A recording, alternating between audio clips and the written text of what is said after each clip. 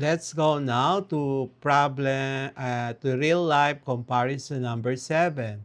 Two friends both take out a loan of 100,000 pesos. Friend A pays it over 12 months at 12% annual interest. Friend B pays it over 24 months at the same interest rate. Compare their monthly payments and total amounts paid. So the real life comparison, friend A, you have 12 months, and then the number of for friend B, 24 months. And then they have the same amount borrowed, 100,000 pesos, same interest. And then the monthly I is 0.01. Substituting the given data, the payment for A is 8,884 pesos and 88 centavos. For friend B, the payment is 4,707.35. The total paid by friend A is 106,618 pesos and 55 centavos. The total amount paid by friend B is 112,976 pesos and 33 pesos. So, friend A pays higher monthly payments but lower total interest overall. The total of 106,618.55 centavos. Friend, friend B pays lower monthly installments but pays more in total over time, which is 112,976 pesos and 33 cents. MCQ for Lesson 24, using sequences and series to solve loan and mortgage problems. Number 1. Which of the following best describes a loan? Letter A. Money you lend to others without expecting a return. B. Money borrowed that must be repaid with interest. C. An amount given for free by a bank. Letter D. A financial plan that does not involve repayment. Number 2. What type of series is usually used to model loan prepayments with interest? A. Arithmetic series. B. Geometric series. C. Harmonic series. D. Fibonacci sequence. Number 3. Which of the following terms refer specifically to a loan used to buy a house or property? A. Installment. B. Mortgage. C. Annuity. D. Investment. Number 4. In the loan payment formula, what does B represent? Letter A. Periodic payment. B. The principal or amount borrowed. Letter C. The periodic interest rate. Letter D. The number of payments. Number 5. If the annual interest rate is 12%, what is the monthly interest rate used in the loan payment formula? A. 0.12, B. 12, C. 0.01, D. 0.1. Number 6.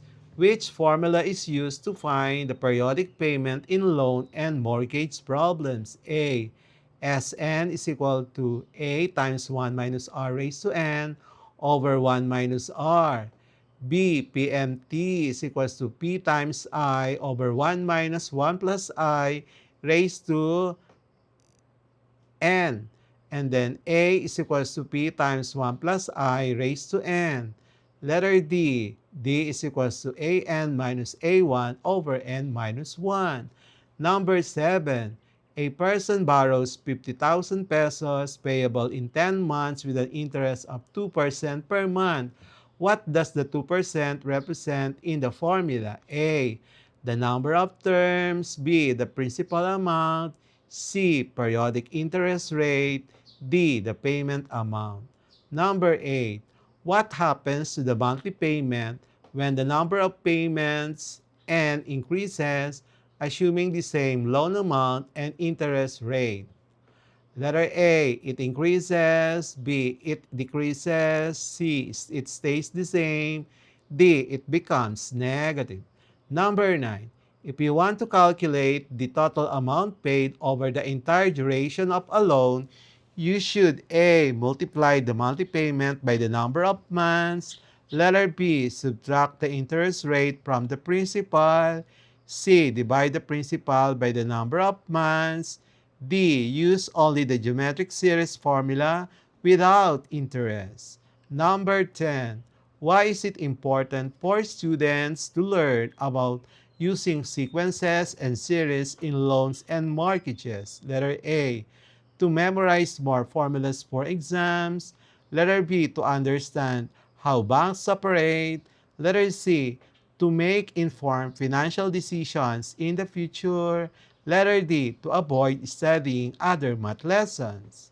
Number 11, a laptop costs 36,000 pesos and can be paid in 12 equal monthly installments with an annual interest rate of 12% compounded monthly.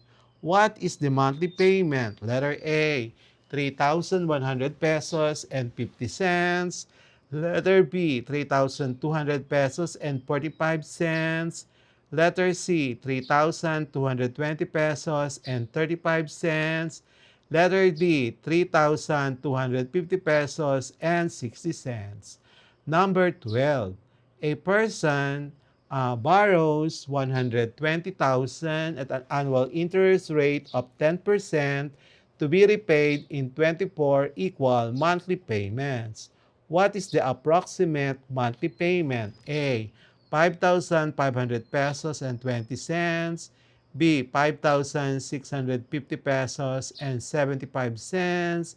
C, 5,750 pesos and 30 cents. Letter D, 6,000 pesos.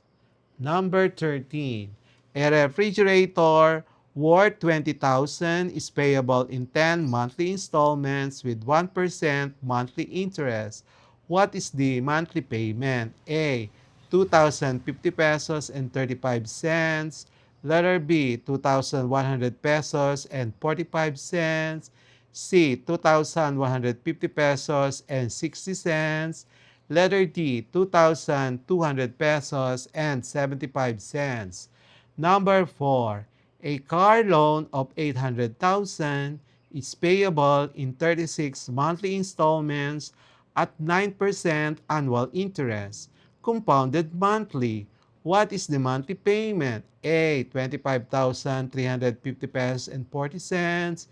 B, 25,500 pesos and 65 cents. C, 25,800 pesos and 85 cents. Letter D, 26,000 pesos. Number 15. A student loan 50,000 of 20,000 is borrowed at 12% annual interest to be paid over 2 years in 24 months. What is the monthly payment? A, 2,300 pesos and 25 cents. B, 2,350 pesos and 40 cents. C, 2,400 pesos and 15 cents. Letter D, 2,450 pesos and 60 cents.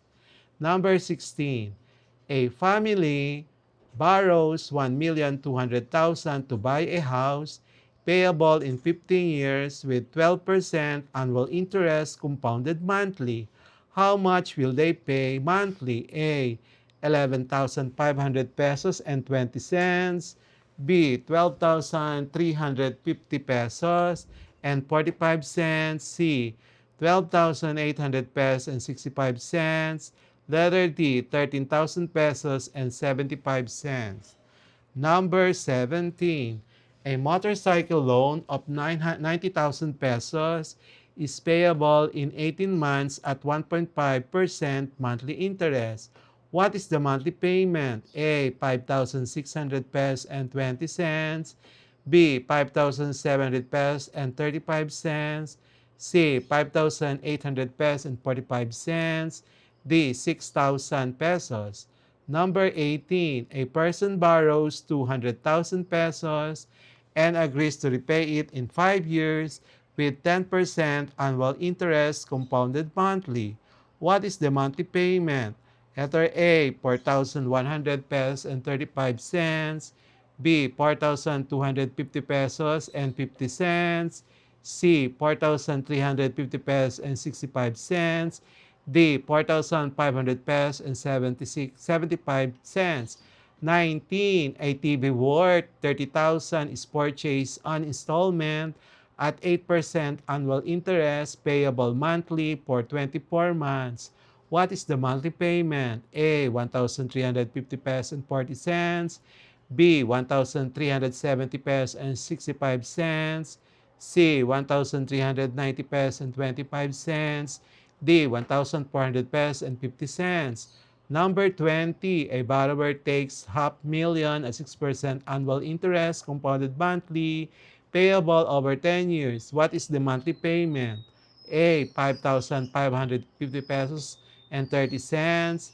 B, 5,600 pesos and 45 cents. C, 5,750 pesos and 60 cents. D, 5,800 pesos and 75 cents. So lesson 24, please proceed to lesson 25. And the answer key for lesson 23, cracking word problems with arithmetic and geometric series, is as follows: 1 to 10.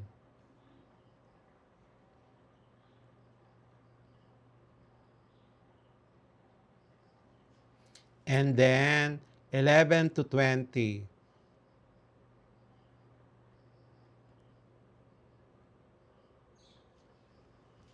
And that's it. And those are the solutions. And then you have this. And that's it for today's lesson here on Smile Road. And that's it for today's lesson here on Smile Road. If you learned something new today, don't forget to hit that like button and share this video with your classmates. And make sure to subscribe and tap the notification bell so you'll be the first to know when a new lesson drops. This is Sir M, reminding you that learning doesn't stop after the bell rings. Keep asking, keep exploring, and always walk the road of knowledge with a smile. Smile Road, where curiosity meets discovery. See you in our next lesson. Bye-bye.